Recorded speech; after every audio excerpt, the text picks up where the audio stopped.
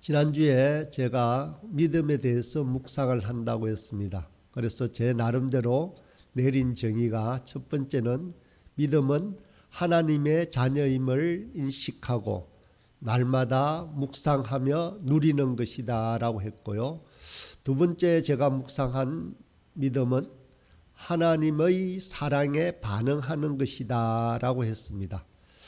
오늘은 잠시 묵상하다가 이런 생각이 미가서 말씀이 떠오르면서 믿음에 대한 정의를 하나님과 함께 행하는 것이다 라고 내려봅니다. 미가서 6장 6절에서 8절의 말씀을 보면 미가 선지자가 자신이 여호와 앞에 나가며 무엇을 해야 할까 고민을 합니다. 이렇게 말합니다. 내가 무엇을 가지고 여호와 앞에 나아가며 높으신 하나님께 경배할까? 내가 번제물로 1년 된 송아지를 가지고 그 앞에 나아갈까? 여호와께서 천천의 순양이나 만만의 강물 같은 기름을 기뻐하실까? 내 허물을 위하여 내 맏아들을 내 영혼의 죄로 말미암아 내 몸에 열매를 드릴까라고 묻습니다. 그러자 선지자는 선지자의 입을 통해서 하나님께서 하시는 말씀을 전합니다. 사람아, 주께서 선한 것이 무엇임을 내게 보이셨나니 여호와께서 내게 구하시는 것은 오직 정의를 행하며 인자를 사랑하며 겸손하게 내 하나님과 함께 행하는 것이 아니냐라고 정의를 내립니다. 하나님께서 우리에게 원하시는 것은 정의를 행하고 인자 곧 자비를 사랑하며 겸손하게 하나님과 함께 행하는 것을 원하신다라는 말씀을 보게 되었습니다. 그래서 제 나름대로 또 한 주간 하나님과 함께 행하는 삶이 나에게는 믿음이다라고 그렇게 묵상하며 지냈습니다. 그리고 이전에 한경직 목사님이 가장 좋아하는 성경 구절이 무엇이냐라고 물으니 데살로니가전서 5장 16절에서 18절이라고 말씀했습니다. 우리가 모두 잘 아는 말씀이잖아요. 심지어는 김수환 추기경에게 또 가장 좋아하는 성경 구절이 무엇이냐고 물으니 역시 데살로니가전서 5장 16절 18절을 들었습니다.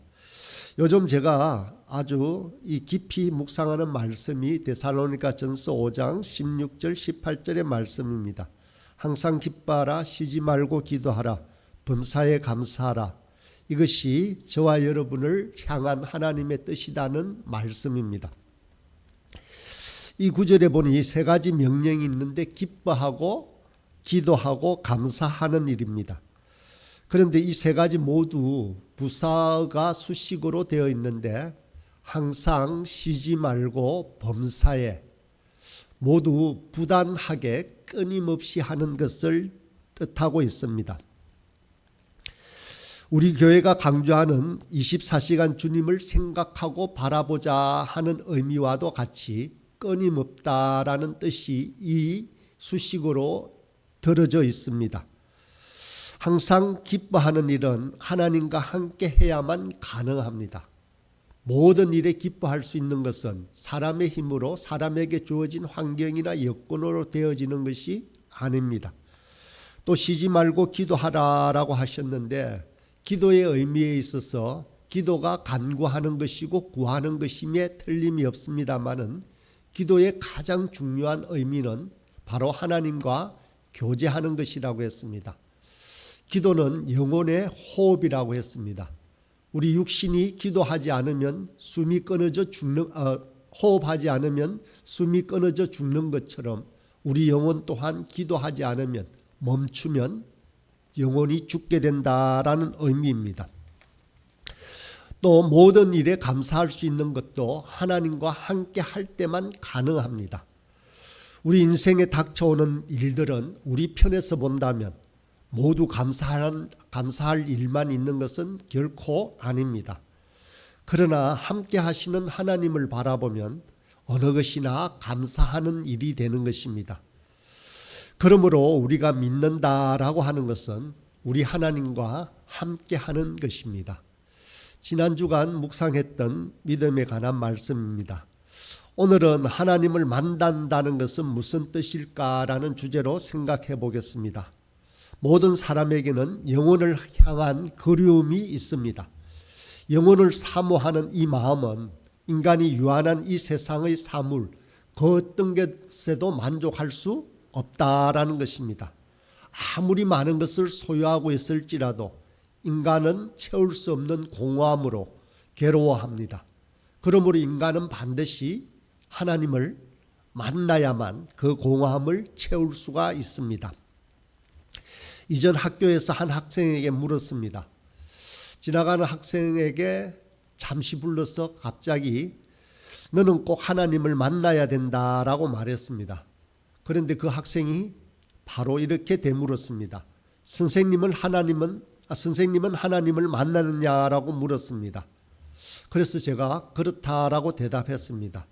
그러니까 그 친구가 보이지 않는 하나님을 어떻게 만날 수 있느냐라고 되물었습니다.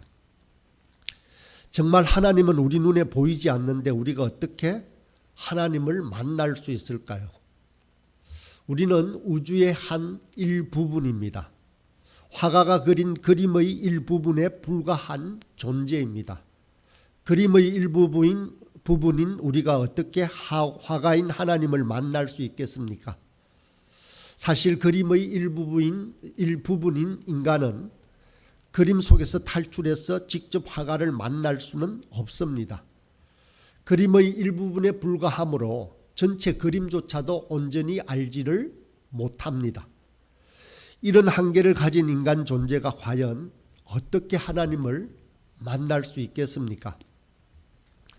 그렇다면 우리는 하나님의 존재를 전혀 볼 수 없다는 뜻입니까? 아닙니다. 우리는 하나님을 만납니다. 이 만남은 우리의 눈으로 보는 그런 만남을 의미하는 것이 아닙니다. 그래서 신학자들은 이 말을 하나님의 현존이다라고 하는 개념을 통해서 설명합니다. 하나님의 현존이라는 개념은 하나님은 언제 어디서나 존재하시고 세상과 우리 삶 속에서 늘 함께 하신다라는 의미입니다. 현존하는 하나님은 눈에 보이거나 손으로 만질 수 있는 물질적인 존재가 아닙니다. 우리가 느끼고 경험할 수 있는 우리와 함께하는 하나님을 현존한다라고 말씀하십니다. 화가의 존재가 그림 속에서 발견되지 않기에 우리는 그림 속에서 화가를 직접 만날 수는 없습니다. 하지만 그림 속에서 화가의 어떤 부분을 경험할 수는 있습니다. 어떤 그림을 보면서 우리는 그 속에 화가의 흔적을 발견할 수 있습니다. 그림에 화가의 구체적인 손길이 다 있기에 그의 흔적을 알 수 있는 것입니다. 화가의 흔적이 그림 속에 남아있듯이 창조주이신 하나님의 흔적도 이 세상 속에 남아있는 것입니다. 이것을 신학자들은 하나님의 현존이라고 부르는 것입니다. 어떤 의미에서는 현존한다라고 하는 이 의미는 존재한다는 의미보다도 더 중요합니다. 내 옆에 있는 존재는 내 속으로 들어올 수는 없습니다. 하지만 현존하는 존재는 내 옆에 없을지라도 나의 내면으로 들어오는 것입니다. 나는 내 삶 속에 현존하는 사람들을 가지고 있습니다. 그들은 지금 나의 곁에 있지 않지만 그들의 사상이나 비전은 내 인생에 깊은 현존의 흔적을 남깁니다. 반면에 지금 주위에 있을지라도 내게 아무런 영향을 미치지 못하는 사람이 있습니다. 그들은 옆에 있기는 하지만 현존하지 못하는 사람입니다. 이 세상 속에는 하나님의 분명한 흔적이 있습니다. 아무리 지우려고 해도 지울 수 없는 하나님께서 남긴 흔적이 있다라는 것입니다. 하나님은 눈에 보이지 않으나 계속 영향력을 미치고 계시기 때문입니다. 하나님의 현존을 이해하기 위해서 우리는 공기와 빛, 생명의 비유를 들 수 있습니다. 공기와 빛, 생명은 어떻게 자신의 존재를 증명할까요? 보이지 않는데도 분명히 그 물질들이 존재함을 말하고 있습니다. 공기, 빛, 생명은 결핍, 즉 부정적인 방법으로 자신의 존재를 드러냅니다. 공기는 질식 현상을 초래함으로써 자신이 없음을 나타내고, 빛은 어둠을 초래함으로써, 생명은 사망을 초래함으로써 자신의 존재를 증명하고 있는 것입니다. 하나님도 하나님이 없음으로 인하여 나타나는 부정적인 차원에서 자신의 현존을 드러내십니다. 하나님이 없는 곳에는 하나님의 없음으로 인한 징후가 분명하게 드러나고 있습니다. 성경에는 하나님이 현존하지 않게 되면 그 영향으로 평강이 온전히 사라져버린다라고 말씀하고 있습니다. 이사야서 48장 22절에 보니 여호와께서 말씀하시되 악인에게는 평강이 없다 하셨느니라.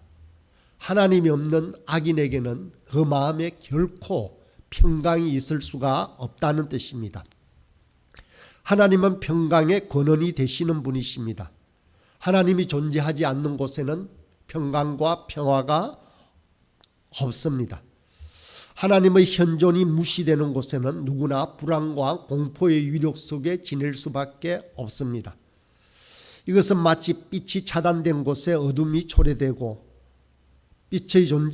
초래됨으로써 빛의 존재를 증명하는 것처럼 똑같은 이치입니다. 빛의 강도가 짙어질수록 그림자의 어둠이 더욱 짙어지듯이 하나님의 현존의 위력이 하나님이 계시지 않는 비참함 속에 분명하게 드러납니다. 어떤 의미에서는 현존은 존재보다도 더 중요하다 할 수 있습니다. 내 옆에 있는 존재는 내 속으로 들어올 수 없지만 현존하는 존재는, 현존하시는 하나님은 내 속으로 들어오십니다. 하나님의 현존은 긍정적인 차원에서도 발견됩니다. 우리는 하나님의 존재를 직접 대면할 수는 없습니다. 하지만 시간과 공간 속에서 하나님의 흔적을 찾아볼 수 있습니다. 하나님의 발자국을 어디에서 찾아볼 수 있습니까? 우주 전체에 널려 있습니다. 자연의 아름다움과 그 질서의 오묘함을 볼 때 우리는 하나님의 흔적을 찾아볼 수 있는 것입니다. 산맥과 바다는 하나님의 발자국이라 할 수 있습니다. 이처럼 하나님의 현존의 증거가 자연과 역사에 널려 있는 것이 사실입니다. 우리 교회 앞에는 지금 나무가 노랗게 물들어가고 있습니다. 어저께 사무실에서 밖을 쳐다보다가 제가 참으로 감탄했습니다. 오묘하고 참으로 아름다운 이 변화와 무상한 이것을 누가 만드시고 누가 이렇게 운행하실까 하고 감탄했습니다. 하나님의 현존의 증거는 우리가 개방적인 자세로만 열려 있다면 우리는 자연 속에서도 하나님의 흔적을 얼마든지 찾을 수가 있습니다. 그러나 하나님을 향한 개방적인 자세가 열려 있지 않다면 우주의 어떤 현상 속에서도 결코 하나님을 만날 수 없습니다. 신앙의 자세는 하나님의 현존을 인정하는 방향으로 우리의 감각을 인도합니다. 그러나 불신앙의 자세는 하나님을 부정하는 방향으로 우리의 감각을 인도하고 있는 것입니다. 인간의 욕망은 유한한 대상을 넘어서서 언제나 그 이상의 것을 바라봅니다. 자기가 얻은 것에 만족하고 사는 사람이 없습니다. 처음으로 사랑을 느낄 때도 마찬가지입니다. 그 감정에 대해서 어떤 이상적인 동경을 느끼게 됩니다. 하지만 아무리 낭만적인 사랑이라고 할지라도 그것이 끝난 뒤에는 무엇인가 부족하다라고 느낍니다. 이것이 전부인가라는 질문이 마음속에 일어나는 것입니다. 내 안에 일어난 사랑에 대한 갈망은 결혼으로 인해서 다 채워질 것 같지만 반드시 그런 것 또한 아닙니다. 우리는 유한한 대상에 대해서 불만을 가질 수밖에 없는 존재입니다. 그래서 인간은 영혼을 향한 그리움이 있음을 암시하고 있습니다. 오늘 본문 전도서 3장 11절이 그렇게 말씀하십니다. 하나님이 모든 것을 지으시되 때를 따라 아름답게 하셨고 또 사람들에게 영혼을 사모하는 마음을 주셨느니라. 영혼을 사모하는 마음은 인간에게 세상의 사물에 대해서 만족하지 못하게 합니다. 아무리 많은 것을 소유하고 있을지라도 인간은 채울 수 없는 공허함으로 괴로워하는 것입니다. 도대체 누가 우리 안에 그런 그리움을 심어 두셨을까요? 무신론적인 신앙을 가진 사람은 하나님에 대한 그리움을 억제합니다. 그들은 대상을 바꾸어 가면서 다른 종류의 만족을 추구하지만 유한한 대상으로서는 자신의 마음속에 심어진 그리움을 충족시킬 수는 결코 없습니다. 영혼을 향한 인간의 그리움은 채워지지 않은 채 언제나 아쉬움을 남긴 채 남아 있게 됩니다. 우리의 마음속에는 하나님이 아니고는 어느 누구로도 채울 수 없는 빈 공간이 있습니다. 하나님께서 현존하신다라는 증거 가운데 하나는 인간이 만들어내는 우상에서 발견할 수도 있습니다. 우리가 하나님의 현존을 무시하게 되면 인간의 마음은 우상의 공장으로 전락하고 맙니다. 무수한 우상들을 만들어내게 되는 것입니다. 하나님의 현존을 무시하게 되면 하나님을 떠난 인간은 끊임없이 우상을 만들어내려고 하는 유혹 가운데 있게 됩니다. 인간은 왜 하나님 없이 태연하게 살지 못하고 우상을 계속해서 만들어내는 것일까요? 평소에는 그토록 과학적인 인간이 위기의 순간에는 왜 점쟁이를 찾아가는 것일까요? 그것은 인간 안에 있는 두 가지 특성 때문입니다. 하나는 인간이 우상을 만들어 숭배하는 것은 인간에게 지울 수 없는 하나님의 흔적이 분명하게 있기 때문입니다. 인간 내면에는 하나님을 향한 그리움이 있습니다. 마치 집을 나온 탕자가 아버지와 고향에 대한 기억을 지울 수 없는 것처럼 인간은 하나님을 향한 그리움을 지울 수 없습니다. 두 번째는 인간이 우상을 만들고 숭배하는 것은 하나님을 경배하기 싫어하고 두려워하기 때문입니다. 인간은 하나님을 하나님으로 경배해야 할 때 겪게 되는 불편함이 있다고 생각합니다. 그래서 대신에 자신이 마음대로 조작할 수 있는 거짓 하나님을 두기 시작하는 것입니다. 이것이 바로 우상이 탄생하는 이유입니다. 우상을 만들지 않고는 살아갈 수 없는 인간의 삶의 단계는 세 가지 단계로 발전해 가는 것을 알 수 있습니다. 첫 번째는 그저 하나님 없이 홀로 살아가는 것입니다. 그러나 이것은 불가능합니다. 인간이 하나님을 떠났다고 해도 하나님은 인간을 떠나지 않으십니다.